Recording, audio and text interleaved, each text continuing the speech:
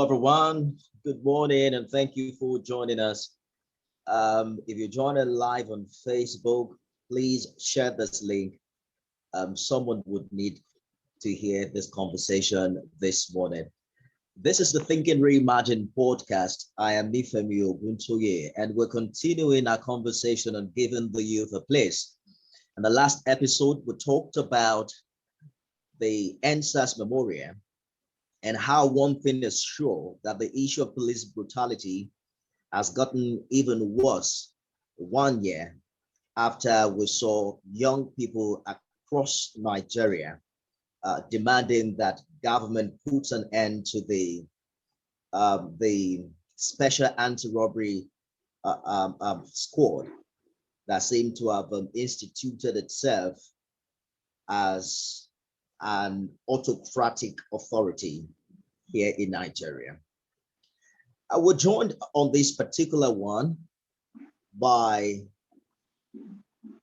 quite a number of youth advocates and many upwardly mobile Nigerians who are concerned about the future of this dear country. Ladies and gentlemen, Bisi Alimi joins us again. On this episode, Hajara Tunde-Osho is the PRO Naptip Lagos Command, Victoria Clement, teenage advocate, and Dr. Amma is Executive Director, Live Abundantly. Thank you, ladies and guys, for joining us. I'd love to start particularly with Okechukwu Peter Achebe. Okechukwu is one of the young people who was arrested during the NSAS Memorial in Lagos. And I'd just like to find out from him what actually happened on that fateful day. Okechukwu. Okay, hi everybody. Just like the speaker said, my name is Achebe Okechukwu. It's really a pleasure to be on this platform, getting people to hear a little bit of my story. It was quite an eventful day. That particular day, I woke up and there was this deep willingness to actually go there. I stood up, looked for what to write, and I think on my placard was we remember to those that died, we remember you, and to those that survived, get your PVC. That was the message I actually wanted to pass out there on that fateful day. I left home normally, going to the toll gate. The number of police was just like, it was too much, like just way too much. I couldn't, because my actual plan was to go to the toll gate immediately and just show my placard for everybody to see and get my message. But on getting there, the police was just too much. So I had to move further down. For anybody that knows Lagos very well, you know, after the Oriental Hotels, I think after there, I stopped at that point and decided to walk back to the toll gate. But when I stopped, I saw a group of guys that stopped me because prior to the protest, there was this idea called the carpool idea that was on Twitter. There was a trend like that, carpool.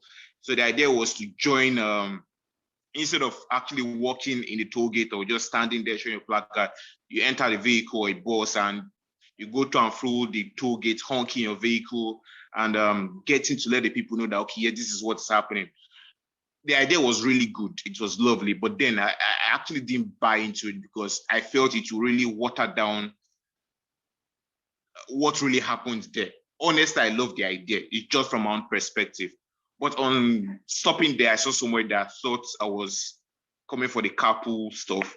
He told me about it, and I decided to wait a little while near their bus. I think my even standing there actually attracted more people to know, okay, yeah, this is the particular spot for people entering a carpool. I think not all up until like 5 to 10 minutes, I saw a police van coming. I was not at a toll gate. I was after Oriental Hotel. What's the name of that junction? I think I've forgotten, but I was after the Oriental Hotel. So a police vehicle came to pick me. The funny thing is this, I actually saw These police guys coming. I knew they were coming to pick me, but I'd already told myself, this is what I came out for.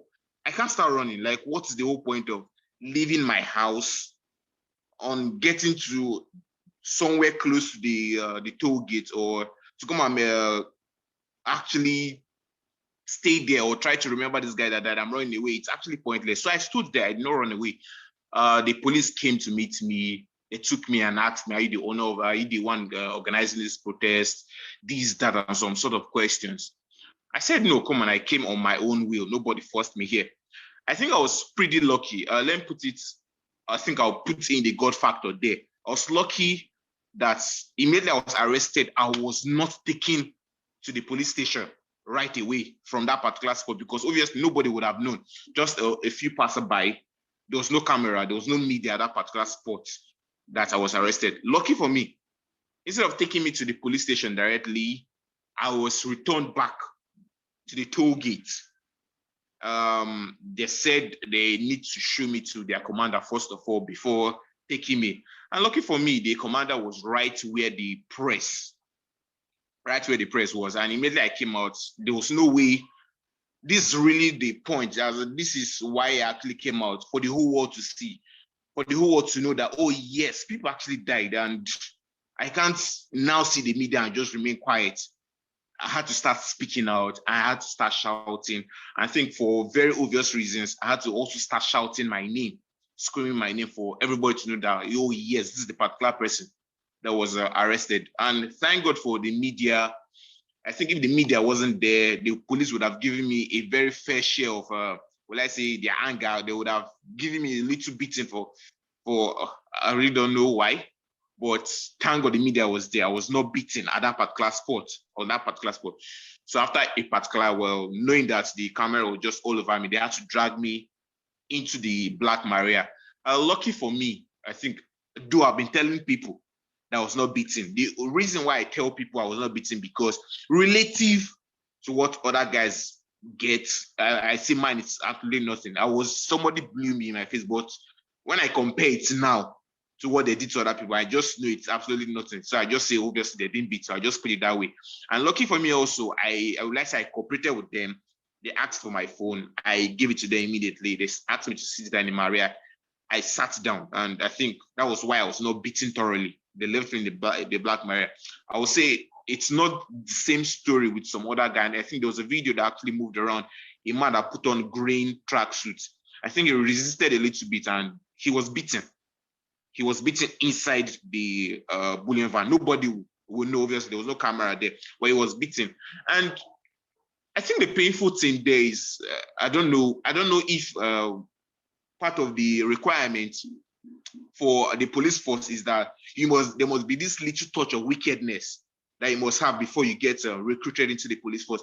Because inside the van, a policeman took this man iPhone 13 Pro, an iPhone 13 Pro for Christ's sake, an iPhone 13 Pro, and smashed it 2 times intentionally. No, tell me, in any right sense, why will anybody do that? What? Hold on. They sit you down. Smashed iPhone 13 Pro. And they smashed iPhone 13 Pro in my presence, 2 times. Was the guy trying to cover what was happening inside the Black Maria? No, he wasn't. That's the funny thing. He didn't cover anything. The guy was just holding the phone. The police requested for the phone. He gave it to them, only for the next thing for the policeman to do, to smash it. And not just once, twice. You know, it was intentional. Now, the question is, why would somebody do that? Why will you do that? Like, it really begs the question if you must have this touch, like I said, this touch of wickedness before you get enlisted into the police force. What happened to Okechukwu? Were you taken to the police station? Yeah, from the Black Maria. Dragged into the Black Maria. When we, I think after 10 minutes, like when they arrested that other guy on green, after like sort of 10 minutes, they now took us to, I think, the police station in Ikoyi.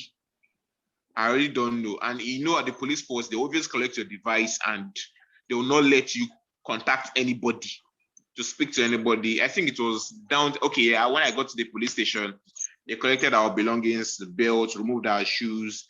I think after about 30 minutes or so, after our whole documentation and writing things that we have with us, I think around 10, we should have entered the cell.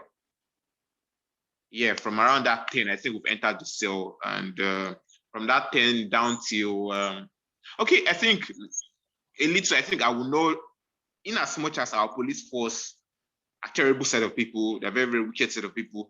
I think I was pretty lucky to meet one. I think the person that was in charge that particular day, I think he was really cool-headed. I give it to him. It will be very unfair for me to let this story out, and I will not say that. I think those guys, the people at that point in time, were very, very cool-headed people. I had running stomach. Imagine if I had if there was a very terrible policeman there, I would have been doing my stuff in his cell. But I think the guy there was very, very, he listened to me because I told him I had running stomach. I had to go to the toilet 2 times. Imagine if it was this wicked one. Oh God, it would have been very, very, very terrible for me. So I really give kudos to that particular one that really behaved like a human being. I didn't know there were humans in the police cell. At what point did they let you go? We stayed, okay, we left the particular, my brother, after moving around Lagos, thank God my cousin really did a good job. My cousin and his friend, after moving around Lagos looking for us, because it was not an easy search. I think they went to like around 5 to 6 police stations, Lagos State, looking for me. I think maybe around that 5, 6, because obviously I lost track of time. There was no, my time description might not be superly accurate. There was no form of, I'm just giving an assumption here. I think around that 5, 6, that's when they got to find me. And then I think we left the police cell. We left that particular police cell around 9, 10, where we went to the mobile court, to the state command, where the mobile court was organized, where the whole court hearing was done. We pleaded not guilty, and the court was adjourned to next month. We were released on bail. So you're still in court now? Yeah, I have to go to court the 9th of November. Did you get legal representation? Yeah, that's the thing. Yeah, I have legal. I don't know how they came about. Honestly, I think they were organized by maybe the feminist coalition. Honestly, I don't know who organized them per se. I can't give an accurate account because they never said. We just saw them. And they were really there. They were on Twitter, and I've spoken to a few of them to thank them on. But honestly, I can't say who organized them for us. But they were really, really, really there for us. I think they were there up to the point where we left the state CID, I think around past 11 or so. All right. Hold on, Okechukwu. Yeah. I'll be back with you shortly for more on what you went through and no problem. What that also means to you. But let me bring Hajara in very quickly before I hear from Bisi. I'm beginning to think that many of the people who we're looking for, who we think are trafficked, may be somewhere in police cell. Don't you think so, Hajara? I don't believe you, Nifemi. That's not true. That's not true. Good morning, everyone. Can you hear me? Yes, we can hear you. Go ahead, Hajara. Okay, when you're talking about people who were trafficked, you won't find them in police cells. And even if you're finding them in police cells, not the cells here in Nigeria. They might be in cells in Libya, and they're suffering worse things than those in police cells in Nigeria, trust me. You have those who come back with gunshots and all that. And Okechukwu, we can't take away what you have faced and what the youths are facing. And I must say I apologize for what is going on. I must say that because, of course, I work for the government and all. But it's a system I wish we could change. The police is there to protect you. The police is there to provide a service. It's just sad that we are all here to provide a service, various services actually. It is law enforcement. And I'm glad you said you saw someone who was sane that day. Basically, we are all expected to be sane. But you find out that things don't work the way they ought to. The question now is, how do we make that work? How do we ensure that the system serves us and not work against us? This is already a system in place, but how do you tweak it? How do you make it better? Is facing it with aggression the right idea? Do we now say that because the police or any other law enforcement is using so much force, scrap it? Is that the answer?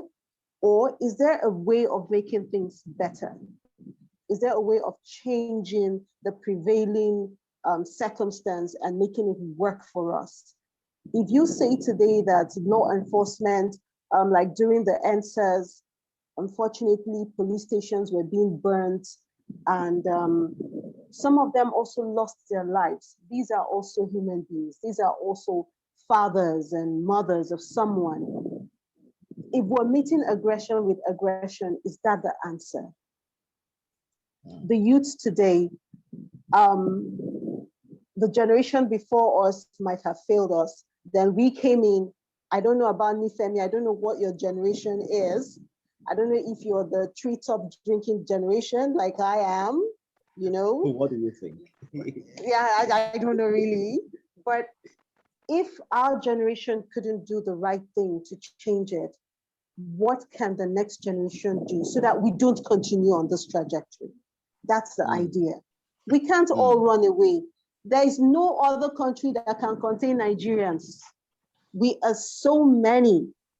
No other country can contain us. They can't even dare to think of us running to them, really. So what do we do? And that's why I love this platform. We can change our thoughts. We can bring new ideas into play here. Now, as the youth, what can we do to change this trajectory? Do we have to meet aggression with aggression? Or do we show them where they have gotten it wrong? I'm glad that, Okechukwu, you said you didn't even know where you got the legal representation from. At this point, I'm very happy because that means somebody was thinking right. Somebody knew that, oh, things are going to go wrong.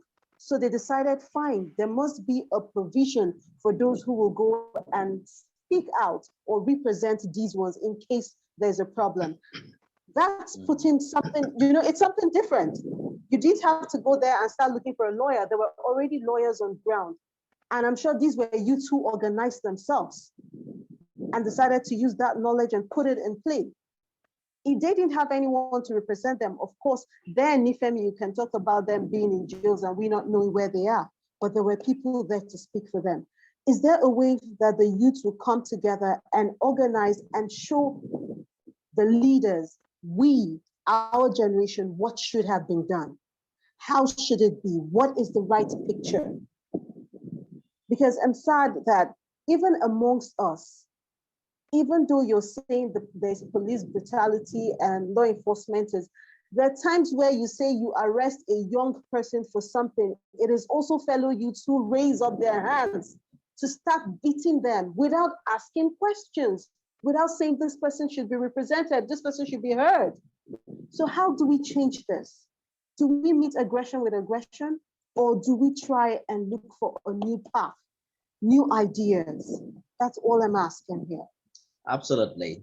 Hajara doesn't believe that trafficked persons are in police cell, but I can tell you for free that many people would think that are missing today, or that would think I'm kidnapped or adopted. We might find some of them in police cell or in some of our prisons. So as a journalist, I've covered the usual criminal parade, which of course is even illegal. The police doesn't have the right to parade any criminal that has not been convicted. But that's the culture here in Nigeria. And no, but the police is correcting that, Nifemi. Yes, but I have had the IG is correcting that. He's correcting that. Yes, hopefully, maybe they will correct it tomorrow. But on the news last night, the one I read, they still parade suspect in Nigeria in the light of today. And I've had the privilege to, interview some of these suspected criminals. You'll be shocked, Hajara, that many of them have no idea about the offense they are paraded for. So the police tells you this is an armed robbery suspect, and the guy tells you, oh, I was coming back from club 2 a.m. and they picked me into their van. And you'll be shocked that most of these people are now awaiting trial in many of our, ill-equipped prisons across the world. I mean, across the country. In the past 8 months thereabout, or 10 months, there've been more than 8 prison breaks in Nigeria. It also tells you how badly we're doing.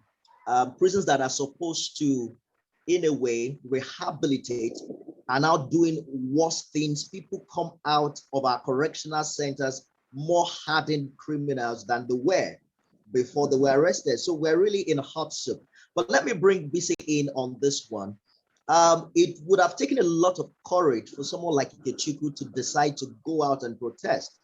I mean, it is Lagos. Every young Nigerian is thinking about how to make ends meet, how to go to work, and make life better for themselves. Who wants to return to Tollgate where some people have been killed? Do you think that young Nigerians will have to keep waiting till we are pushed to the wall before we begin to take courageous steps like making our voices heard? Or what alternatives do you foresee, Bisi? Thank you very much, Nifemi, and once again, good morning, everyone. First of all, I also want to reach out to Okechukwu and really say that, yeah, indeed, that was very, very courageous of you. And I'm not going to say that I am sorry for the experience that you went through, because I didn't cause it. And I'm not going to apologize for it. But I hope that one day Nigeria will be in touch with its humanity and apologize to you, to me, and to everyone that Nigeria has denied the opportunity to have a sense of self. It is painful to hear stories like this. And I find it really hard also to have to listen through Hajara talked about kind of like trying to make excuse for the Nigerian police force. And there's no way we can understand how brutal, inhuman, and dehumanizing the Nigerian police is out for Nigerian if we don't understand the reason why police were created in the first place. Police are a tool of oppression. They were not created to protect. They were created to enforce. And this is one of the reasons why they are called the police force. And you can see that this is not just a Nigerian problem. In the UK, we're now seeing policemen who have been involved in sex trafficking, in sexual harassment, in kidnapping. In America, we see how the American police react to the body of Black and brown people. The police force is an instrument of oppression, and everybody has a right to call for the dismantling of the police force. More importantly, in Nigeria, it serves no purpose. You cannot be attacked by armed robbers and call the Nigerian police. They're not going to come. You can't face any danger and call the Nigerian police. They're not going to come. So what's the point? What's the point of having them? And I think the point of having them is the experience that Okechukwu has shared. But that is an experience shared within the framework of a protest. Let's quickly talk about experience that I know that did not happen within the framework of protest. The fact that in eastern part of Nigeria up until today, there is a police officer, I've forgotten what his name is, who is called the agent of death. He has killed a lot of people, mostly young people in eastern part of Nigeria. The man is still a police officer. This is one of the reasons why young people came out to demand for justice. And when people demand for justice and then we use the word force, I don't think it's fair on the fact that young people in Nigeria have been arrested, have been detained, just like Nifemi said. Many of them have not been accounted for. Many are dead. We have parents who are still waiting for one day that their children will turn up. They have no idea where they are. We have children whose their father or their mother have gone missing, and there's no respite. There's nobody looking for them. There's nobody searching for them. We have people who are locked up in Nigerian prisons who have committed no crime whatsoever.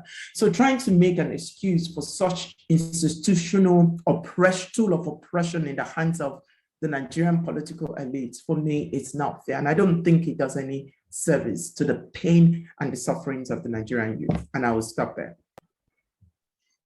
Thank you, Bisi, for your contribution. Would get Hajara's replies in the course of this conversation. I see Victoria Clement online. Moses Omoghena has also joined us. Thank you guys for standing by. Victoria, very quickly, let's have your reaction to Okechukwu's story before we move on. Okay, thank you very much. Well, I think that the government and the law enforcement agencies have a lot of work to do concerning the youth and affairs of Nigeria, because this country and the way police and the way law enforcement agencies carry out their duties is very, very wrong. And for the youths that were beaten and tortured and faced so many stuff, I just feel that the government needs to do a lot of things. But going away from the political aspect, let's go into the social aspect. So many youths now are afraid of their lives, and they're afraid of going to so many parts in this country. Okay, let's take a look. Someone will tell you that, okay, once I get money, once I'm rich, I'm leaving this country. I'll just process my visa, do everything I need to do and leave here, because this country, there's nothing good for we youths here. And I can't blame them for what they say, because I'm also scared as a youth, because there's no place you go to, you'll be like, I hope I'm safe. I hope I don't get embarrassed here. I hope I don't get at least tortured or something like that.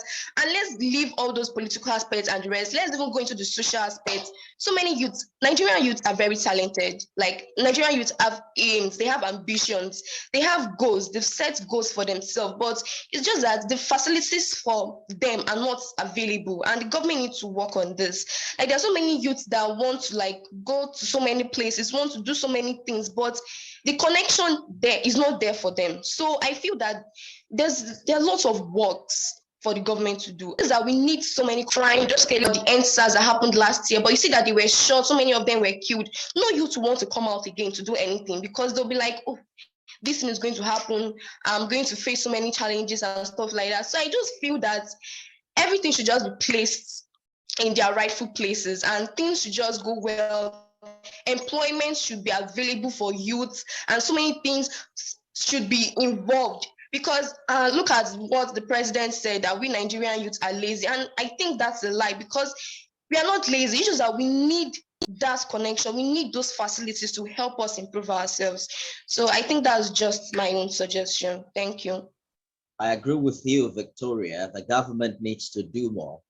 However, when you say that people are leaving this country for a security case, perhaps we'll have that conversation later. But you'll be shocked that there are more people killed on a daily basis in a country like America than in Nigeria. And that's a conversation I don't think we're ready to have. The fact that insecurity is a global challenge that is not only, peculiar to Nigeria, as it were. So I wouldn't leave Nigeria because of insecurity, because I could just get shot on the street of America. But I know that some people have my head for saying that. But let's get to Moses very quickly. So I'd like us to talk about accountability, because I'm told is one issue that you have raised. So I have seen Mr. Macaroni's video where he put the camera on policemen who allegedly had collected 30,000 naira from a young boy. The challenge in this part of the world is that we don't want trouble. You see police harassing someone and you just want to move on with your life because you have a deadline, and then you don't want a stray bullet to hit you. What more can we do beyond organized protests to, make public officials accountable, particularly with the issue we're currently having with the police force? Thank you, Nifemi. Good morning, everyone, and good morning from Lagos. I'm not sure if we're sharing the same time zones. I want to also apologize for joining in late. Yeah, great question.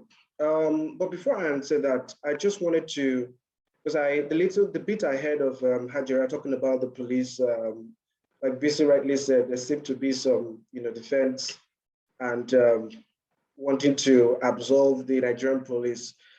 But it's sad that someone who has been given the mandate to protect and to serve me is exactly the same person that, that also wants to cause, unspeakable harm and pain. My grandmother would always often say this, that the difference between the Nigerian police and an armed robber is that one person has given a license to rob you and the other person does not. That's a sad expression, a very, very sad expression. And every time I get engaged by the Nigerian police, where he stops me, first of all, even the rules of engagement, right? We see this, we experience this abroad where you're being stopped by law enforcement and he cordially greets you and exchange pleasantries, in a polite and civil manner. Even though his undertone might be a little racist, but he's not outrightly rude and disrespectful to you as we find here. Right, the first thing you hear from Nigerian police is, "Hey, stop there."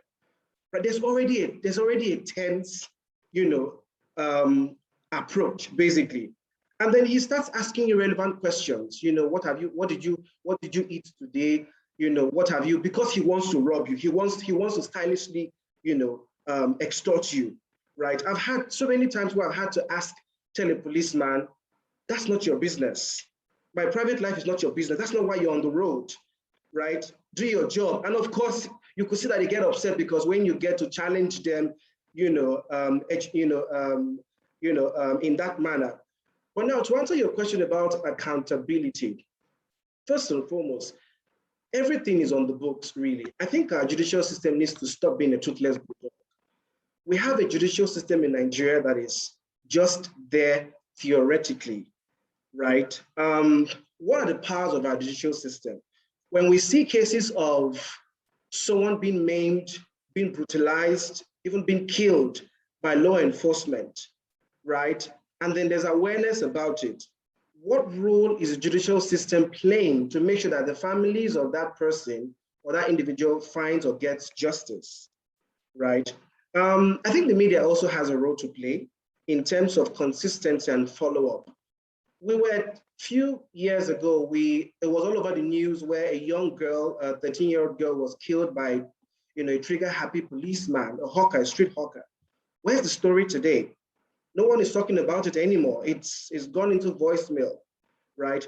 There has to be continuous, consistency and reminder, follow-up by the media in saying, "Hey, this girl, so boy is here to find justice. What is the Nigerian government doing about it? Where is the policeman?" And there has to be transparency. The most transparent judicial proceedings that we've seen to date is Oputa panel, where we saw live of how cases were being judged and sentences were being made. We need to bring back that culture and that attitude to today, because the police PR comes and tells us, "Oh, he has been accosted and he's seriously facing disciplinary sanction." Meanwhile, behind the scenes, we know that he's been transferred to one village in the north, right? Or to one place elsewhere where he continues his usual business of extorting civilians. So it has to be transparency. It has to be transparent that, yes, this person has been, take a scapegoat of him or her. So there has to be, and then we also have to demand that transparency through the judicial arm, because there's a limit to which civilians can go. There are people who have been charged with responsibility of demanding those arms of transparency and accountability, and they're not doing it. So who am I, a bloody civilian, to challenge that?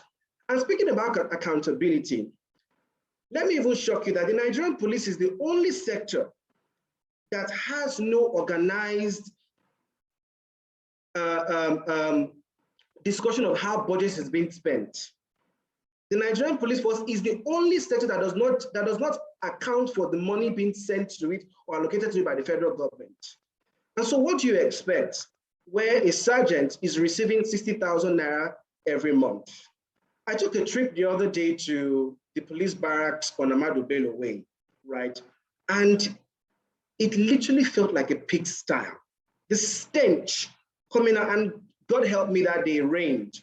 So the stench from the barracks was just appalling. Now you could see that when you take a walk down the barrack street, you could see anger. You could see this. I even saw one of them even drunk. This was at 10 a.m. in the morning, drunk in the barracks. Now such a man is being given a gun to go on the street and to attend to me. What do you expect? I hope Hajara is listening to this because I hope, I'm not sure who Hajara is, but I'm hoping she would, hopefully take this feedback to the police force, because of her earlier comment. So there has to be, and the fact that the police is even against youth, harmless protesters who are also fighting for their own well-being speaks volumes. Because part of the 5-point agenda that will later turn into 9 is police reforms. It's for their own good. And yet they were supposed to even be part and parcel of the protest. What exactly does that say? It says a lot.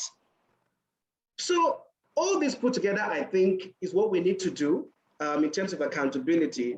It's a bit of a dilemma, to be honest, but then it's really no rocket science at the end of the day, because our judicial system needs to sit up, there has to be consistency in proceedings and making that accountability transparent, because there's a lot of trust issues on the side of Nigerians, basically. So let's see what has been done. Let's see justice let's not hear it. Let's see justice take place, basically. And the media too. The media needs to get in line. Absolutely, Moses. Who else has Moses's courage to ask the policeman, say, oh, what's your business with my private life? So I do a lot of late night trips from work. And then, there was a time when they had a lot of checks and a lot of stops on the way. And you can call me, you can say that I don't approach I think that every Nigerian must learn in the short term is how to be very civil with a hungry man carrying a gun, because that's the picture you've painted to us.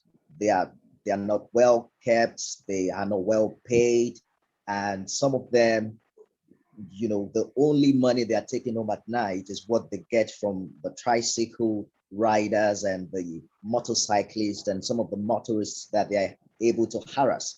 So there is a way I would talk to a policeman, especially at the middle of the night, that would be different from the way I would have, talked to him in broad daylight. I also think that it's important that Nigerians, out of their bitterness, do not, speak untowardly towards a policeman, particularly now that we understand what the challenge is, that many of them do not even have what it takes to do the job they're doing. I know that one of the issues raised after the NSAS memorial was the fact that Nigerians should stop giving bribe to police, that every motorist will ensure that they get their papers, up to date, and insist that they are not giving them kickbacks. And I think this is also one of the issues that must be raised as we continue this conversation. But I can see that Hajara's hands are raised. So I'm going to take Hajara's comment very quickly before I go to Okechukwu. Hi, Hajara. Okay, thank you. Thank you so much, Nifemi. Moses, Bisi, please, I am not speaking for the police. I am not authorized to speak for them. And when I was invited for this discussion, I didn't think the discussion was going to be focused on, okay, the police is the problem. That's not what I felt the discussion was going to be about, really. What I expected was that we're going to think outside the box. How do we ensure? That was why I was saying, is that the answer? The actions we're taking today, Moses, is that the answer? Once I see someone on the road, do I get on the defensive or on the attack? Is that the answer? What should I do? I am not speaking for the police. I am not the PRO for the police. Speaking for Naptip, we are also law enforcement, but you find out that at least we work with Dr. Ama. You make sure that you respect the next person. The person who comes to you is a client. So you provide services. But the idea now is, can we ensure that everybody who is expected to provide services knows and respects the next person and knows what they are expected to do? And how do we change that? Moses, Victoria, you are the next people who will take over this. You are already working on something. I'm sure you are busy young people. Now, in your circle, what ideologies are you, getting others to learn from you? How do you treat other people? When they come to you, how do you treat them? Nifemi just said, can Nigerians stop being, we are angry too. Nigerians are basically angry. Yes, we are angry with the system, but what do we do to help the system? We don't have any other country to go to, so how do we change it? How do we infuse the right attitudes? How do we ensure that everyone providing service is ready to provide that service without stepping on my rights as a person? How do I ensure that every time I come, and then, you know, when you're talking about the judiciary has to do this, the media has to do this, you are a common Nigerian. You are not a common Nigerian, Moses, you are a Nigerian. When you make demands, the right demands on the system will definitely serve you. In a situation whereby we are always in a haste and we don't want to follow due process, that is why we're having these problems. We open the doors to the problems.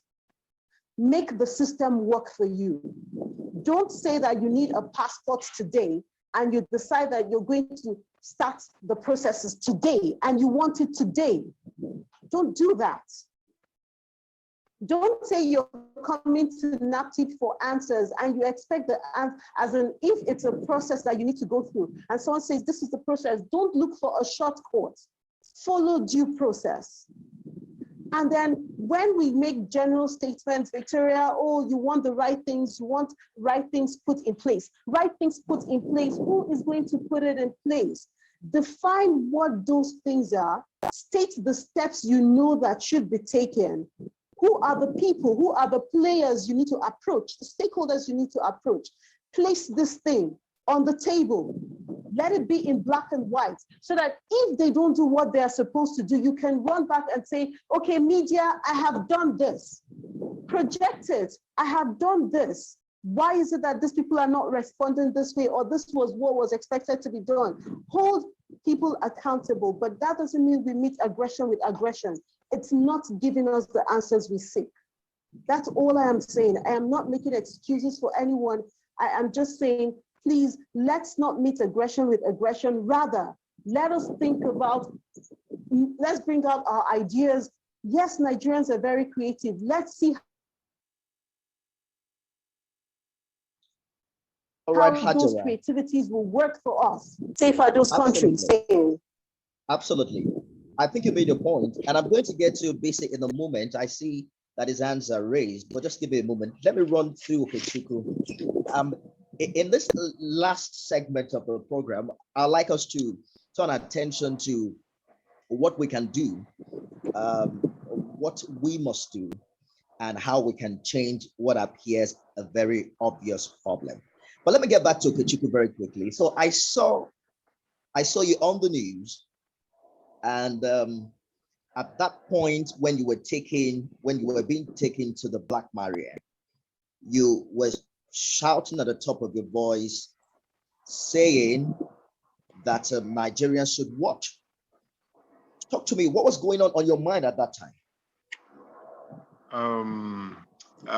First of all, Nigerian watch. I think I was quite scared because obviously I know stories of what the police force can do. They can just carry you and cook up stories and label it on you, and it's all gone for you. Possible kill you and label you as the. When I was screaming, I really wanted them to see what was really happening. Like the whole evidence, let it be out there. That look, I'm not at fault in anything. It's all the Nigerian police. There was an element of fear in there at that time. Yeah. So quick one. I don't know if aside from this question, I quickly have something to say. Please go ahead. Okay, please. There's something I really don't know her name, Victoria. There's something she said. Let's drop aside politics and say something social. The truth is, everything is politics. Like everything is political. There is nothing we want to do right now that doesn't stem from politics. If you have a terrible head, once you have a terrible head, there's absolutely nothing. There's nothing we want to do right here, right now. There's no solution that I want to bring right here, right now. That once you have a terrible head, that will work. There's nothing. There is no solution.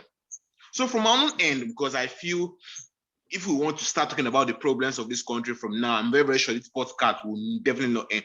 For me, I feel the only solution, let me not say the only solution, but one very big solution that we have, we've tried praying to God. That's the truth. We've all tried. We've fasted in my own church. I don't know if your own church, you've done that already. I think we should drop the spiritual part of it right now. I think I'm really done. It's time for us to use the only power that we have right now, our PVC. In all honesty, that's the only thing we have right now. We can't do the JJ Rollins. I don't know if you know JJ Rollins of Ghana, what he did in Ghana. We can't go that style. I can't go and catch go and do something to him. Sorry to mention his name or some terrible person. I can't fight. I can't. The only power I have right now is my PVC. And I feel this is a very, very public, this is a public platform for me to say this. If anyone watching this doesn't have the PVC, trust me, you are one of the problem. There's no long talk towards it. You are part of the problem. You need that PVC. Without that PVC, we cannot vote in the right leader. We cannot. A lot of people say our vote will not count. Get that PVC first. And trust me, when I was in the cell with the group of, because we're 33 number, I stood up and talked to those 33 people. 35 number. I stood up and talked to them, even in that cell. That it will be very, very terrible for each and every of us to pass through this experience and we don't come out to get our PVC. It's very, very wrong. The first step to solving this problem is putting somebody that we know we can hold accountable. There's nobody right there right now that we can call, and nobody gives a damn about us. That's truth.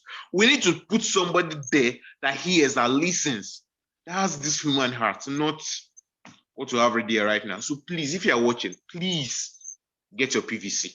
Thank you very much. Absolutely, Okechukwu. Thank you very much for your passionate appeal. Let me get to Bisi very quickly. So I understand that some of us might differ on the approach, but I'd like us to focus on the solution now. So let's take, for instance, Okechukwu is talking about getting PVCs, and it's very fantastic. However, I'm also thinking that what that would mean is that if the only hope we have is in PVC, it means therefore that if we get it wrong in 2023, we then will have to wait and hold on again to 2027. Isn't there a way the electorate, having voted, can also make people in office accountable for every decision they make? Isn't that the reason why we have houses of assembly, National Assembly, and the legislature to take a look at some of these decisions before the executive signs them? Is it possible that there is an organized way that young people can make their mind known about certain direction of government?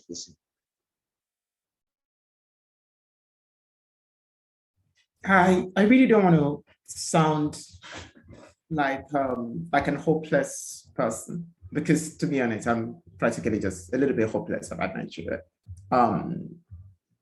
I don't know what is going on. You ran away, Bisi. Well, I did not run away. Nigeria chased me out, and it is also part of the bigger problem, right? So you get a PVC, and I do agree with you, Okechukwu, to vote, but your vote doesn't count.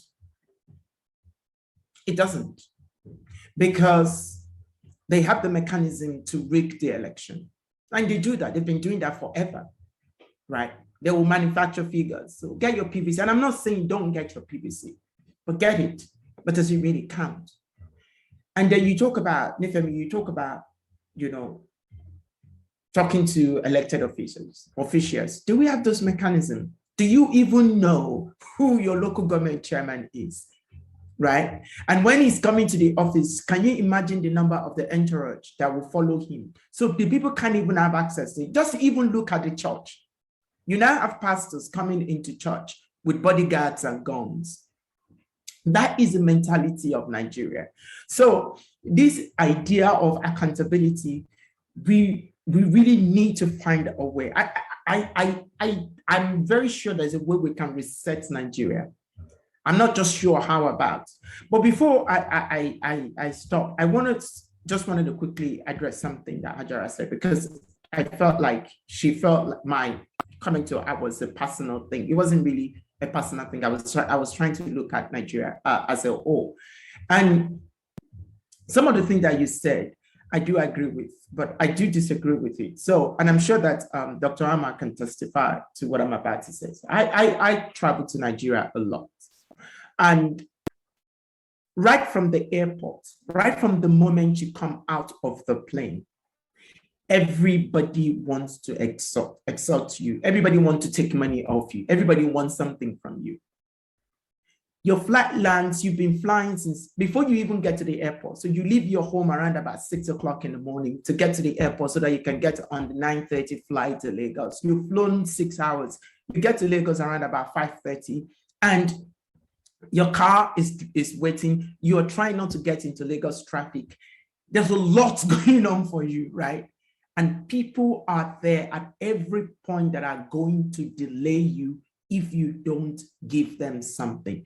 You are angry, you are cranky, you are tired, and you expect me to be nice to those people. I don't know I'm supposed to do that because the question is this, right? It is about me being nice. And I hear that a lot, and I'm going to put it side by side with racism.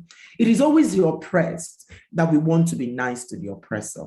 We don't put a system in place to hold the oppressor accountable, whether it comes to sexism, whether it comes to racism, whether it comes to homophobia. It is the oppressed that we expect to say, don't use force, don't be angry, do this, do that. But we completely forget that the oppressed will not act the way the oppressed is acting if there is no oppressor.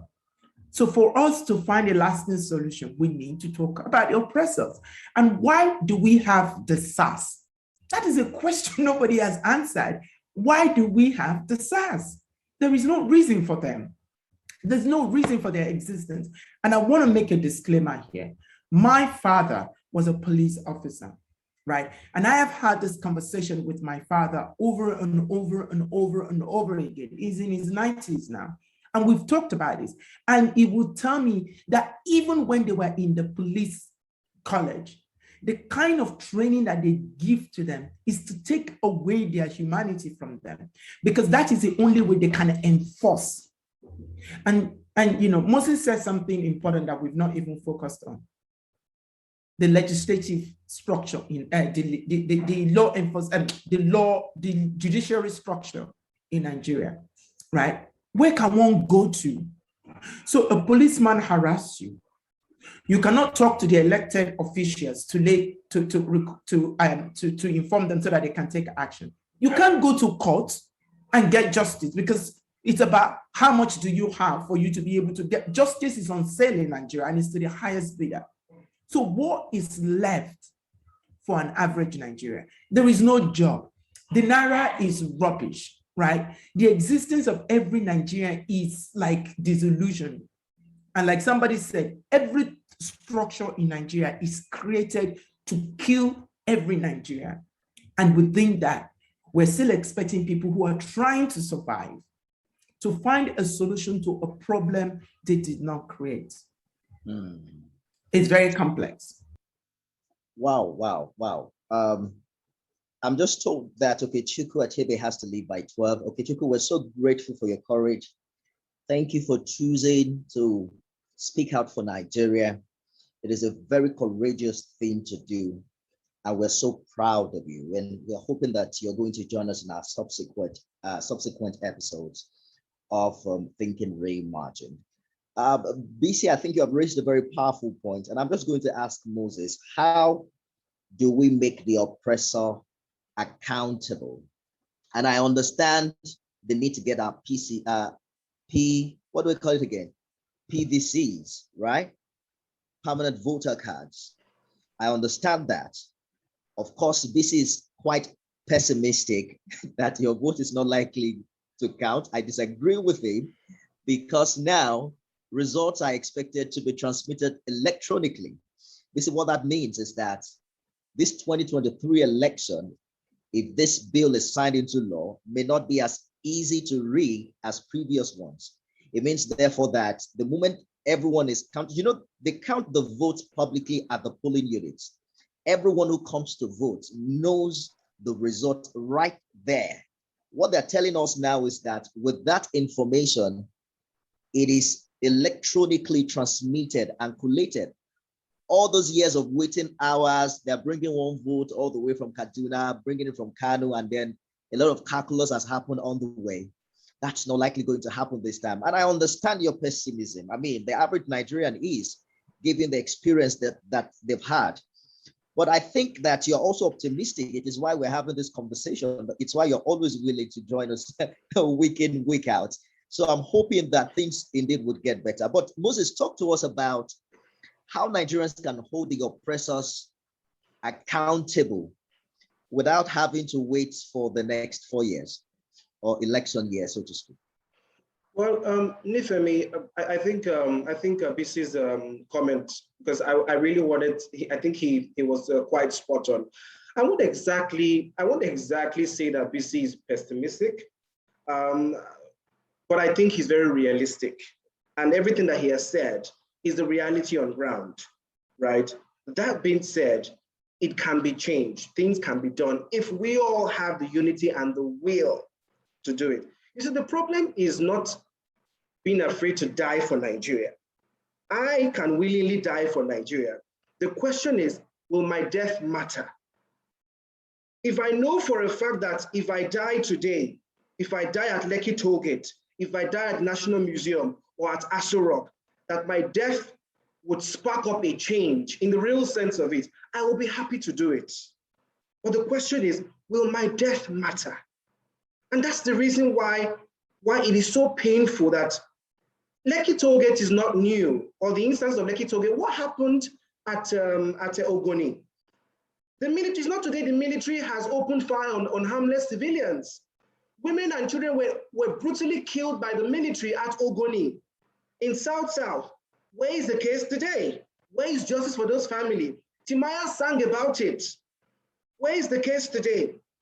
So when Okechukwu talked about PVC, he was saying that with the consciousness of the reality on ground, because the reality is that we have a systematic, deep-rooted problem. And the way to go is to clean up the system. And the way to clean up the system is by getting rid of the vultures at the helm of affairs.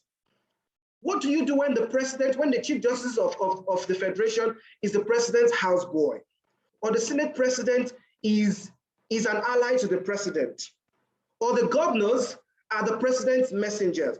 What do you do?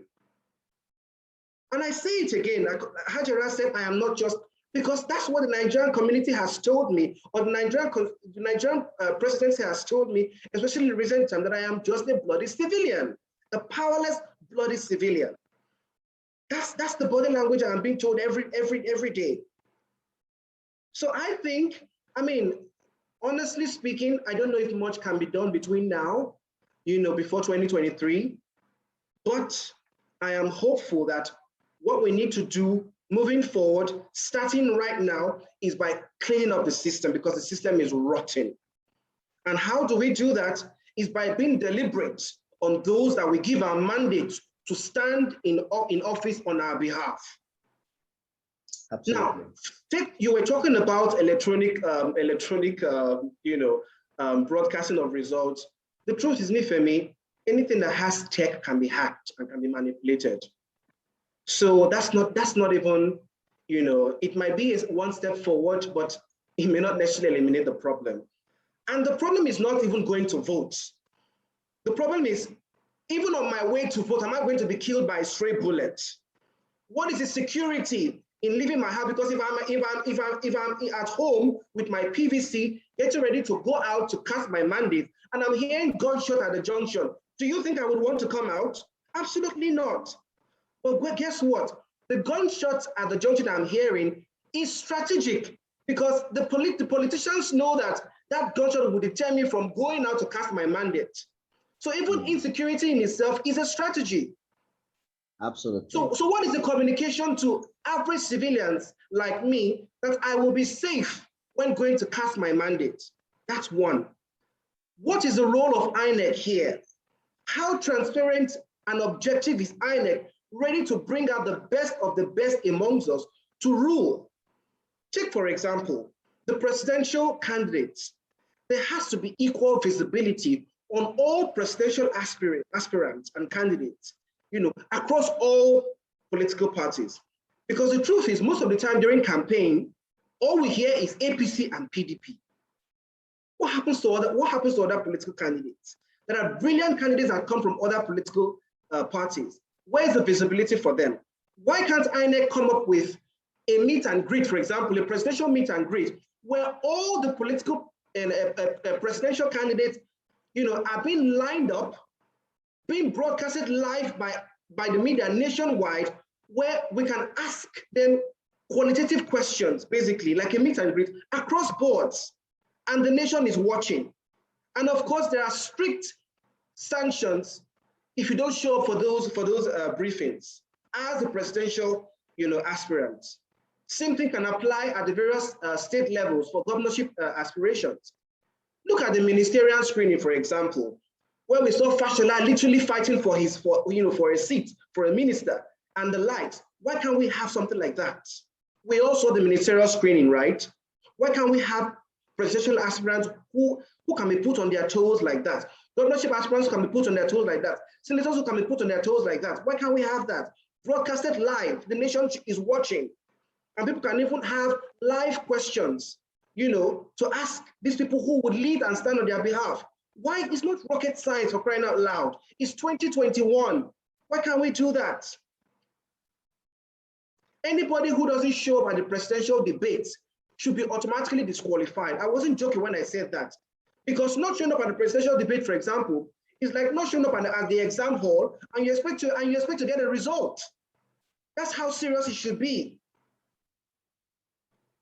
So I think we all need to be deliberate about the process, even in choosing our candidate, because when we are deliberate, when we speak more on quality of how rigorous and how deliberate we are picking our candidates, I think we can even pick out, the best from in quotes, the vultures that we have in quotes.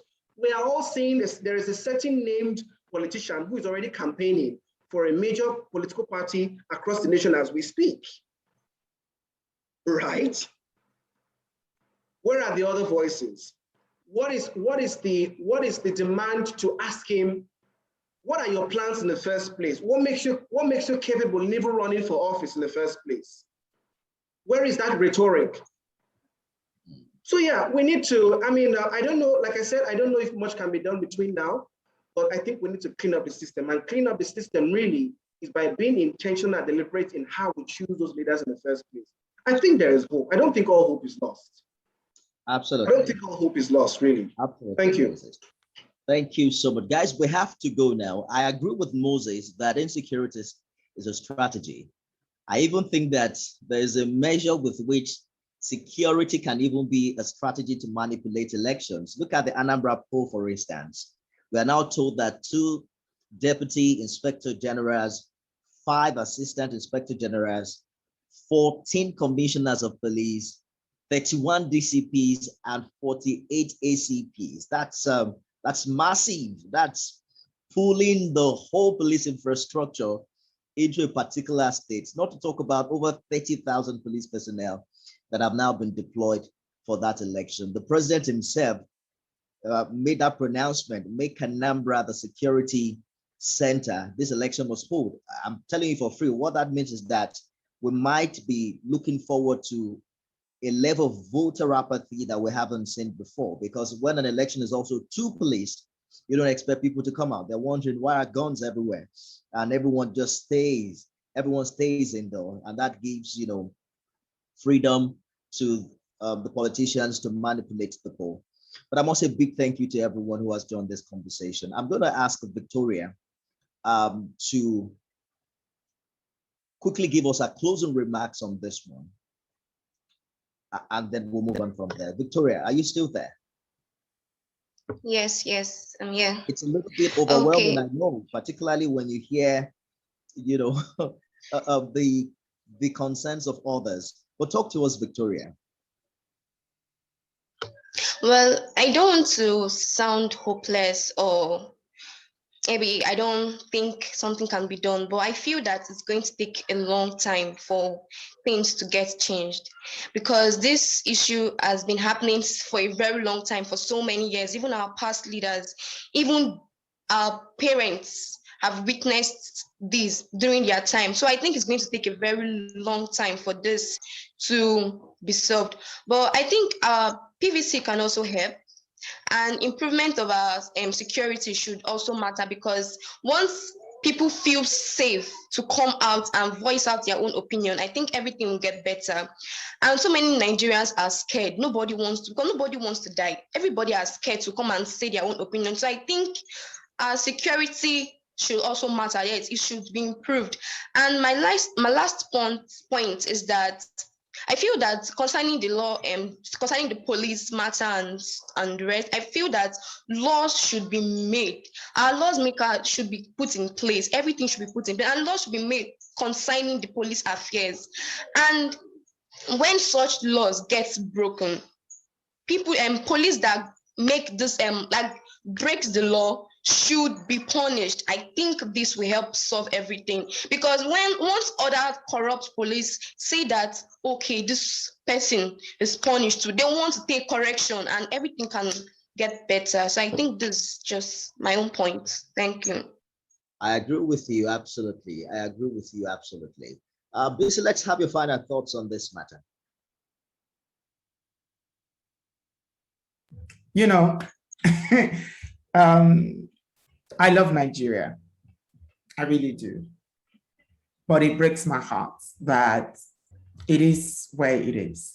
But at the same time, I think that Nigeria can change. And borrowing words from Victoria and Moses, we have to be intentional, but we have to be patient. To readjust and retune Project Nigeria will take the next 60 years, but we have to start now. It's not something that is just we're just going to wake up one day and everything will change. I believe Nigeria can change. And why do I say that? I know I said that last week. Because when you take Nigerians away from Nigeria and put them in a society where there are rules and regulations, Nigerians always conform. That says something, that the problem is not inherent. The problem is a problem of Ashwebi. If everybody is doing it, I would do it. We need a leader who can say, if you do it, you get punished for doing it. And people can actually see punishment deserving, and this will stop people. Unless that happens, we can as well just hope that there will be an intervention somehow. Absolutely. Thank you, Bisi, always for sharing with us. Guys, thank you so much for coming. I don't know if Okechukwu is still online. I'd like to take just a few words from him. Okechukwu, are you still there? All right, I think it's gone. A big thank you to everyone who's been a part of the conversation today. We appreciate you always. Okechukwu Achebe shared a very touching story with us of how he and some 34 others were kept in a prison cell for hours on the NSAS anniversary day in Lagos. Victoria Clement, it's good to hear from you always, youth advocate, Moses Omoghena, and Dr. Ama has been the executive producer. We'll see you guys again next week. I am Nifemi Oguntoye. Bye for now.